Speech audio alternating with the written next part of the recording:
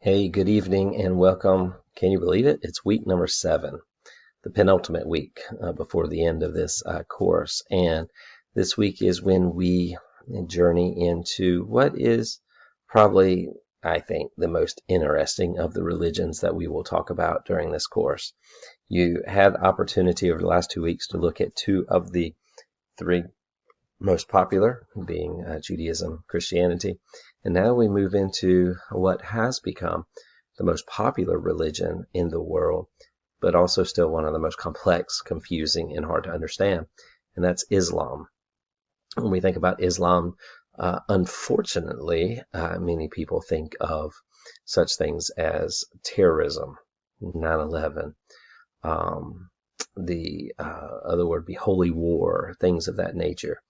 And so I think that it is also one of the most misunderstood. I've had a lot of opportunities being surrounded by Muslims. And in one of my journeys to Africa, I had a wonderful, I guess you could call it debate, dialogue with an imam, which is a Islamic preacher. And one of the things that I come away with is even though our faiths are totally different, I am always astounded at how they value their faith to the point of what they sacrifice to be able to express their faith. I remember when I was in Africa, and how I was in the market and I was going to get a drink and lunch, that the call went out calling Muslims to pray. And I remember there I am in this market, in this store, and when it was time to pray, everybody stopped.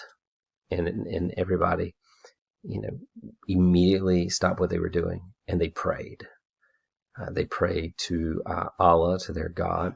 And in that moment, I was just amazed because I kept thinking, in my faith system, are people willing to stop everything that they're doing, to stop their business and pray? It was just a very unique experience. And so I think as you read and study about Islam, that hopefully you'll start to discover that while we believe different things, while we, have a different thought process when it comes to religion and to understanding of Jesus, that, regardless of your faith, that we have to respect other people's faiths.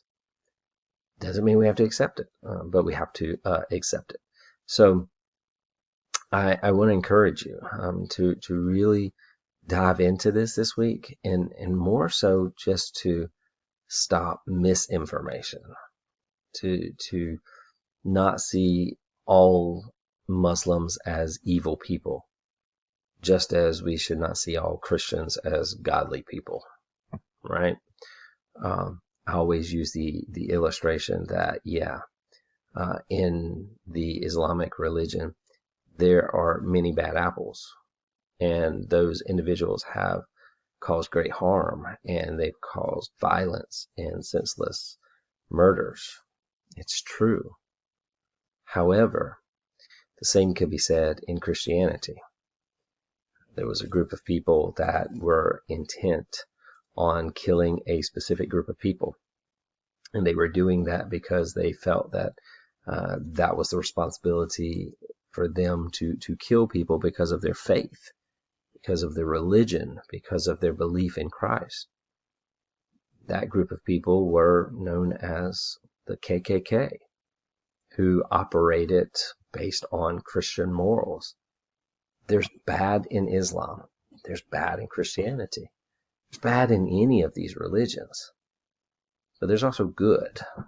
And I think we have to be careful that we do not convey just one side. Even if it's not our faith, we still need to understand and respect the other aspect of that.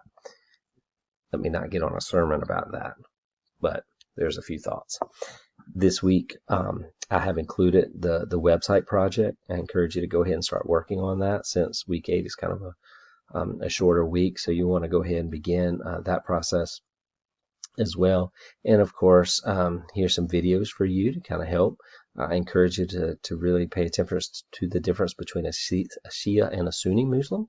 And you'll be able to understand that when you think about, Iran and Iraq and Saudi Arabia and different aspects. You get to see there's different types of Muslims, just as there's different types of Jews and Christians, and on we go. I've also given you some information here as far as Islam and where it began, and we talk about the 5 pillars of faith that they have, and hopefully you'll enjoy that mini discussion on Islam. So your assignments are right here, pretty much the same as we move forward, but don't forget there's week 8 looming right there at us, with the end date being March 3rd. So we're almost to the end. Push, fight hard over the next few weeks.